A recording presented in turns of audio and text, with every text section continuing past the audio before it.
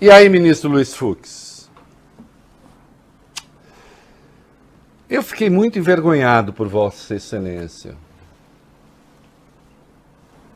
Muito envergonhado. Porque Vossa Excelência fez coisas ali que um ministro não pode fazer. Primeiro, ficou evidente, e os advogados que acompanham esse programa, sejam de que área forem, juízes, juristas, são muitos, perceberam que o Fux não sabe nada de direito penal. Ele não tem a menor noção. Ele é um processualista da área civil. E ele acha que é tudo a mesma coisa. Ele usa até um vocabulário impróprio. Como ficará claro aqui. E ele não sabe o que é o devido processo legal. E ele não entende quais são as garantias fundamentais das quais não se pode abrir mão no direito penal. Porque o direito penal não lida, não mexe com um conflito qualquer que possa ter na sociedade. Aquilo que no direito civil se chama lide. O conflito. O processualismo civil tem uma máxima, o Bob Furruia, que é a seguinte: a máxima é vamos lidar com a chamada instrumentalidade das formas. O que quer dizer isso, a instrumentalidade das formas? Vamos ser o mais rápido possível, assim, o quanto mais rápido a gente for, melhor, para resolver o conflito, desde que, claro, todo mundo seja contemplado, ainda que haja algumas falhas formais ali, ganhe esse tempo. Acontece que com frequência isso no direito penal significa agredir garantias fundamentais. Porque se muitas vezes um conflito em outras áreas do direito se resolve com pagamento de multa, com não sei o quê, no direito penal você pode mandar as pessoas para a cadeia. Elas podem, por exemplo, ficar 580 dias presas e depois o processo ser anulado por falhas graves cometidas. Acontece que o ministro não estava interessado, insisto, em debater o assunto em si. Já não bastava Cássio Nunes Marques ter dito coisas que não estão na sentença do Moro. Aí eu fui ver no detalhe o voto do Nunes Marques. O Nunes Marques reproduziu, Vólio Bene, o Furruia, ele reproduziu trechos da denúncia do Ministério Público, como se fosse coisa da sentença. É muito vergonhoso isso. Mas ele atuou como um juiz de condenação ali, porque ele nem juiz, ele foi juiz de condenação. Entrou no mérito, adotando as acusações do Ministério Público.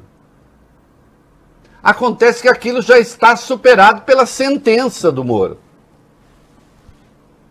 Senhor, a acusação do Ministério Público, ela é do passado, que vale a sentença. O juiz Sérgio Moro pediu ao Ministério Público: traga-me as provas disso que vocês acusam. O Ministério Público não entregou, mesmo assim ele condenou, mas nem ele, Sérgio Moro, adotou as acusações do Ministério Público. Ao contrário, ele negou, dizendo: em nenhum momento afirmei que o apartamento decorre dos contratos. Vai o Cássio e diz: decorre. Uma vergonha. Uma vergonha. Agora o Fux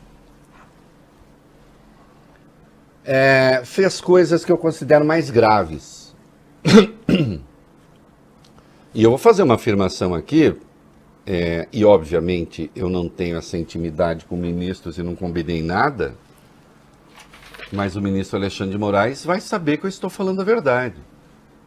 Olha a responsabilidade do que eu vou fazer aqui. o Fux distorceu o voto do Alexandre. Eu diria mesmo que ele contou uma mentira sobre o voto do Alexandre. Não, ministro, o senhor não é mentiroso. O senhor só contou uma mentira sobre o voto do Alexandre. O que é do balacobaco. Outra coisa, que aliás, o voto do Fux tem de ser matéria de curiosidade científica. Atenção, senhores professores de direito da área penal, das universidades do Brasil inteiro.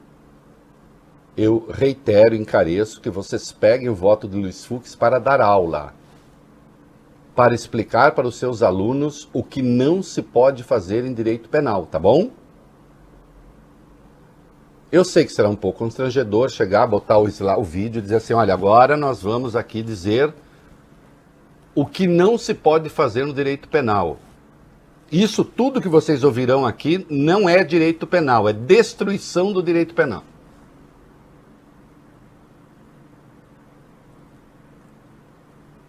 Da processualística penal. Melhor ainda. Ou do direito processual penal. Nós temos o ministro do Supremo que está destruindo o processo penal. Para ser mais preciso. O que é vergonhoso.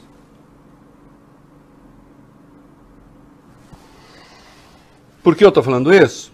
Porque o Cássio Conká lançou uma tese absurda, errada, mentirosa, de que tudo era uma questão assim, de região. Estão falando que distribuíram para o lugar errado o processo.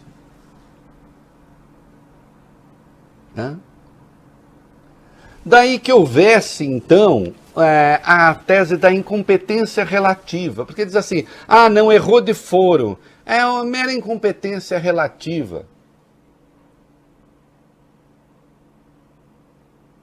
Peraí, a questão não era de cidade, se estava em Curitiba, se estava... Aliás, se fosse uma questão de cidade, por que o apartamento de Guarujá, em São Paulo, estaria em Curitiba? Por que a questão do sítio em Atibaia, em São Paulo, estaria em Curitiba? Não. O que se estabeleceu ali não foi uma questão de região. É que se disse, aí sim, que a 13ª Vara Federal de Curitiba era preventa e ia receber os processos relativos à Petrobras. Aliás, anulou-se a questão regional. Não importava onde acontecesse. Ia para lá. Então, já a partir daí tem uma mentira.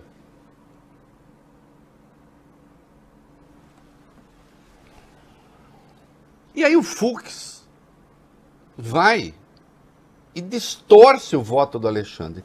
Eu quero colocar aqui o trecho, atenção, qual foi o voto do Alexandre?